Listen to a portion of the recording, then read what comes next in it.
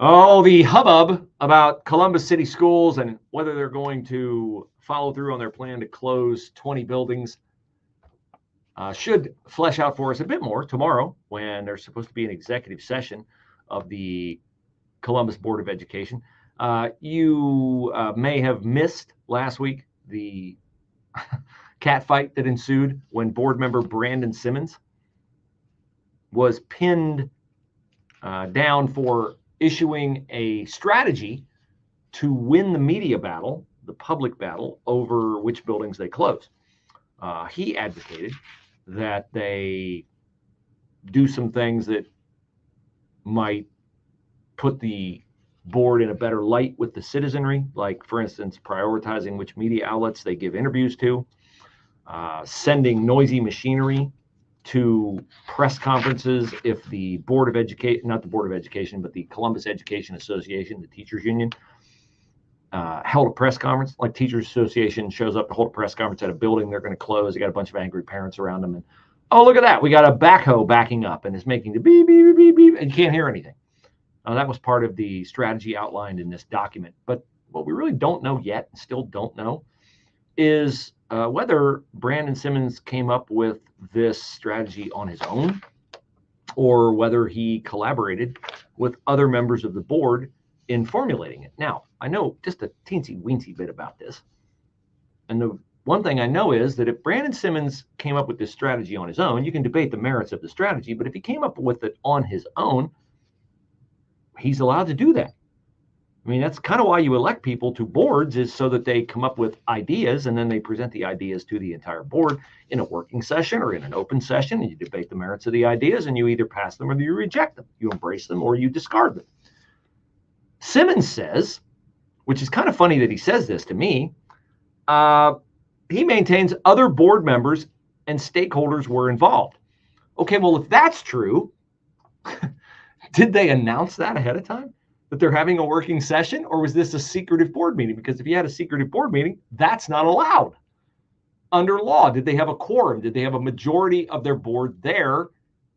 Were the other people participating in this engaged in, with him, an illegal activity? Or did they have, if they had one board member there, I think they have 7 board members, so they could have 3 there and they'd still be fine because 3 is not a quorum.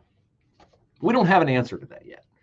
What we do know is that the Columbus Board of Education and the Columbus Education Association, the teachers union, want Brandon Simmons off the board because they deem his document to be racially divisive.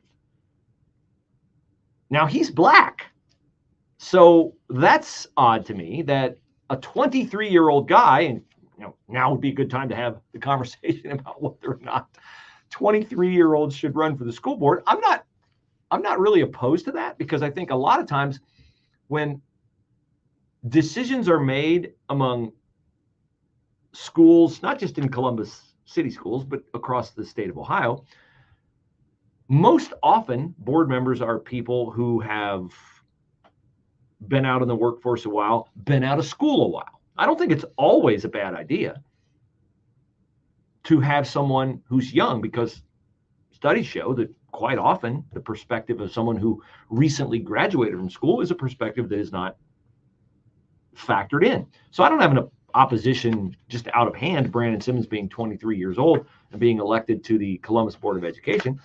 But if you elect a 23-year-old to the Board of Education, you can't be stunned if a young person who doesn't have the life experience of some other people occasionally might make a mistake or might do something that you say, well, in hindsight, you could have exercised greater wisdom there. So, it's a mixed bag. You might get a perspective you wouldn't otherwise get.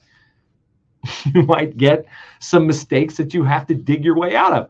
Why is nobody upset at board member Sarah Ingalls, who leaked the memo from Brandon Simmons? Like, wouldn't the best way to handle that be like at the next board meeting? Call an executive session if that's allowed by law. Maybe this doesn't fall under the parameters for calling an executive session, but at least have Sarah Ingalls. Here's what Sarah Ingalls should have done. She should have gone to the superintendent Angela Chapman, and said, hey, I got a copy of this memo. I don't think this memo is something that I endorse. We need to talk about it as a board. We need to do it legally. No, instead, she leaks it to the media. So how is her supposed crime any less than Simmons' supposed crime? The reason it's less serious, the reason why she gets a pass on it, is because her leaking it is in accord with the agenda of the teachers union. Okay. And you can't get any power, any traction, any movement, any progress, any improvement in Columbus City Schools if you don't have the endorsement of the teachers. The whole asylum is being run by the inmates over there. Okay. And part of the problem, it has been said, with Simmons' memo is that it wasn't transparent. It wasn't open. Well, is that any worse than the board passing a levy, begging for $100 million and getting it in the fall? Then, after you get the money, coming out and saying, oh, by the way, we're going to close 20 buildings. Like, wouldn't the time to have disclosed that have been before citizens voted on the levy?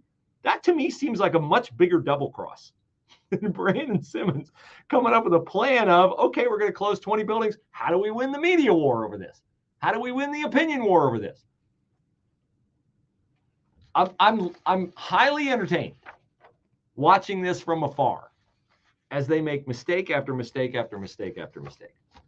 So stand by. Executive session on Wednesday. And we got a history of leaks, so I have no doubt that we'll eventually find out what's gone on.